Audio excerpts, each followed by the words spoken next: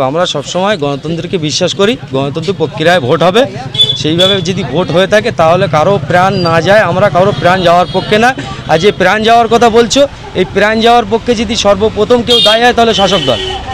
না ওই শওকত মোল্লা ক্রিমিনাল, নটরাজ ক্রিমিনালকে না ভাঙড়ের দায়িত্ব দেয়, আর না এগুলো হয়, আমরা এটাই মনে করছি।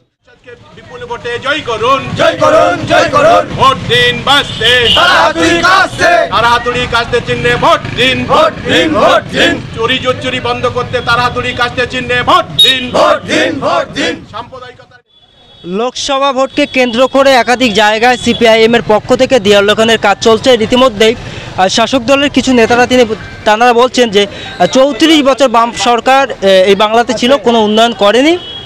আপনারা লোকসভা ভোটে লড়াইয়ের জন্য কেন এগিয়ে এসেছেন, কি বলবেন? সর্বপ্রথম এটাই বলবো যে যারা বলছেন যে 34 বছর বামপন কোনো উন্নয়ন করেনি, আমি তাদের কি বলতে চাই, 34 বছর অতিক্রম করে যে তারা সরকার চালিয়ে গেছেন। তো মুখ্যমন্ত্রী মমতা ব্যানার্জি সবসময় একটা কথা বলতেন যে আমাদের 34 বছরের খাতা খুলবো একটা কথা প্রায় বলতেন। হ্যাঁ, তা এখন বর্তমানে দেখা যাচ্ছে 2024 এসে দেখা যাচ্ছে যে 34 বছরে বামেদের একটাও তো দুর্নীতিগ্রস্ত মানুষকে জেলের ভিতরে নেই, তারা সব মুক্ত বাইরে আছে, ইয়ানি তারা কোনো রকম দুর্নীতির সঙ্গে জড়িত নেই, প্রমাণ হয়ে গেছে।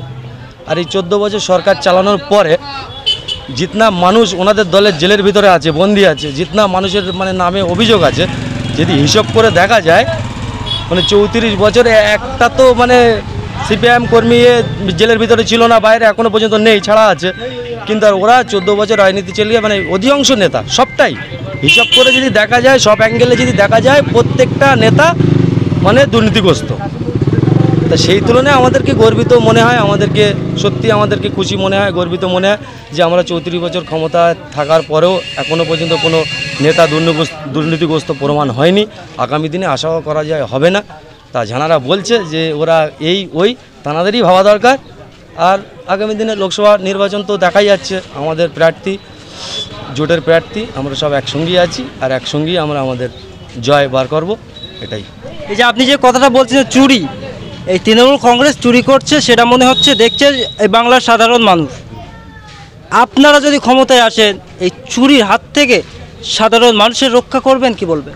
সর্বপ্রথম আমরা দুর্নীতি মুক্ত সমাজ গড়ব, এটা আমাদের অঙ্গীকার, ঠিক আছে। সর্বপ্রথম যেখানে কোনো চুরি থাকবে না, যেখানে কোনো অভিযোগই উঠবে না যে এটা চুরি হয়েছে, এটা দুর্নীতি হয়েছে, এরকম কোনো অভিযোগই উঠবে না, সেরকম একটা সমাজ ব্যবস্থা আমরা মানুষকে উপহার দেবো, এটা আমাদের ইচ্ছা, ঠিক আছে। 34 বছর অভিযোগ ছিল না, এখনো থাকবে না, আগামী দিনে তো নেই, আর থাকবেও না। আর আমরা যে দুর্নীতি মুক্ত সমাজ মানুষকে উপহার দেবো, এই অঙ্গীকার নিয়ে আমাদের সৃজন ভট্টাচার্য যাদবপুর লোকসভা থেকে প্রার্থী হয়েছেন, তাকে বিপুল ভোটে জয়যুক্ত করব, এটা আমাদের অঙ্গীকার। এই পঞ্চায়েত ভোটকে কেন্দ্র করে একাধিক এলাকা উত্তপ্ত হয়েছিল, একাধিক মানুষের প্রাণ চলে গিয়েছে, সাধারণ মানুষের প্রাণ চলে গিয়েছে। এবারেও লোকসভা ভোটে সাধারণ মানুষ হবে কি বলির পাঠা? সাধারণ মানুষের সাড়া আপনারা কি পাবেন? যে একটা আতঙ্কের মধ্যে ছিল গোটা ভাঙড় বিধানসভার গোটা এলাকা, কি বলবেন? শোনো, দেখো, আমরা সবসময় গণতন্ত্রকে বিশ্বাস করি। গণতন্ত্র প্রক্রিয়ায় ভোট হবে, সেইভাবে যদি ভোট হয়ে থাকে তাহলে কারো প্রাণ না যায়, আমরা কারো প্রাণ যাওয়ার পক্ষে না। আর যে প্রাণ যাওয়ার কথা বলছো, এই প্রাণ যাওয়ার পক্ষে যদি সর্বপ্রথম কেউ দায়ী হয় তাহলে শাসক দল।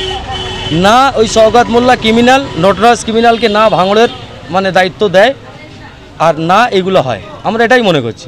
এর জন্য পুরো শাসক দল দায়ী। এই যে যত মানুষের প্রাণ গেছে, আর মানুষের প্রাণ গেছে, কাদের প্রাণ গেছে? আমাদের মতো নিরীহ মানুষের তো প্রাণ গেছে, আর এর জন্য দায়ী পুরো শাসক দল, আর শওকত মোল্লা দায়ী, অন্য কেউ না এর জন্য দায়ী।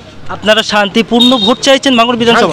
একদম শান্তিপূর্ণ ভোট চাই, আর শান্তিপূর্ণ যদি ভোট হয় আশা করি আমাদের জয় নিশ্চিত, এ বিষয়ে কোনো সন্দেহ নেই। আপনার নাম? আমার নাম রাইজ মোল্লা। এই যে দেখছি এত বছর পর একেবারে ভাঙড় বিধানসভা এক এক এলাকায় লাল ঝান্ডায় ভর্তি, কতটা খুশি যে আবারও লাল ঝান্ডা মাথা তুলে দাঁড়াবে এই বাংলাতে? বাংলায় লাল ঝান্ডা ছিল, মাঝখানে জমি ইস্যু থেকে মিথ্যে করে অনেক মোটামুটি ভাঙিয়ে লোক পিছন ফিরিয়ে নিয়েছিল, আবার লোক সামনেমুখী হয়েছে। এখন লাল ঝান্ডার উপরে দেখছেন তো, যেখানে মিছিল হচ্ছে হাজারে হাজারে লোক, লাখে লাখে লোক, হ্যাঁ, আর ওদের মিছিলই তো দেখা যাচ্ছে। সেই হিসেবে সবাই চাচ্ছে লাল ঝান্ডা, আবার লাল ঝান্ডা ফিরে আসবে। লোক মুখ ফিরিয়ে নিয়েছিল, আবার নতুন করে ফের মুখ ফিরে আসবে। তৃণমূল কংগ্রেসের যেভাবে চুরি সেটা দেখছে সাধারণ মানুষ, বলছে সাধারণ মানুষ, কিন্তু এই চুরি থেকে আপনারা সাধারণ মানুষের জন্য আবারও কি কাজের জন্য প্রস্তুতি নেবেন? নিশ্চয়ই। আমরা আগে যখন 34 বছর সিপিএম ছিল, এই তো এইসব রাস্তা আমরা 100 দিনের কাজ ওদের লোক দিয়েই করিয়েছি। আজ পর্যন্ত 34 বছরে কোনো সিপিএমের নেতা ধরা পড়েছে? আজ 10-11 বছরের বয়সে কত নেতা, বড় বড় নেতা, এমনকি মুখ্যমন্ত্রী পর্যন্ত জেলে চলে যাবে, এইরকম সময় এসে গেছে। তাহলে এতে কি বোঝা যাচ্ছে? 34 বছর সিপিএম কাজ করেছে, এদের কোনো চুরির নেই। এরা নিশ্চয়ই কাজের মানুষ, কাজ করবে। জনগণ সেইটাই চাচ্ছে, সেইটা ফের আসবে। তৃণমূল কংগ্রেসকে এবার লোকসভা ভোটে তাহলে হারাচ্ছেন? অবশ্যই। তৃণমূল অনেক আগে হেরে যেত, কিন্তু পুলিশ প্রশাসন ওদের রেখেছে, যার কারণে এবারে তো তা হবে না। এবারে পুলিশ প্রশাসনের কথায় কাজ হবে না। জনগণ রুকেছে, জনগণ ভোট দেবে, জনগণ মোটামুটি লাল মুখ আনবে, ওকে পরাস্ত করে দেবে টিএমসিকে। আপনার নাম?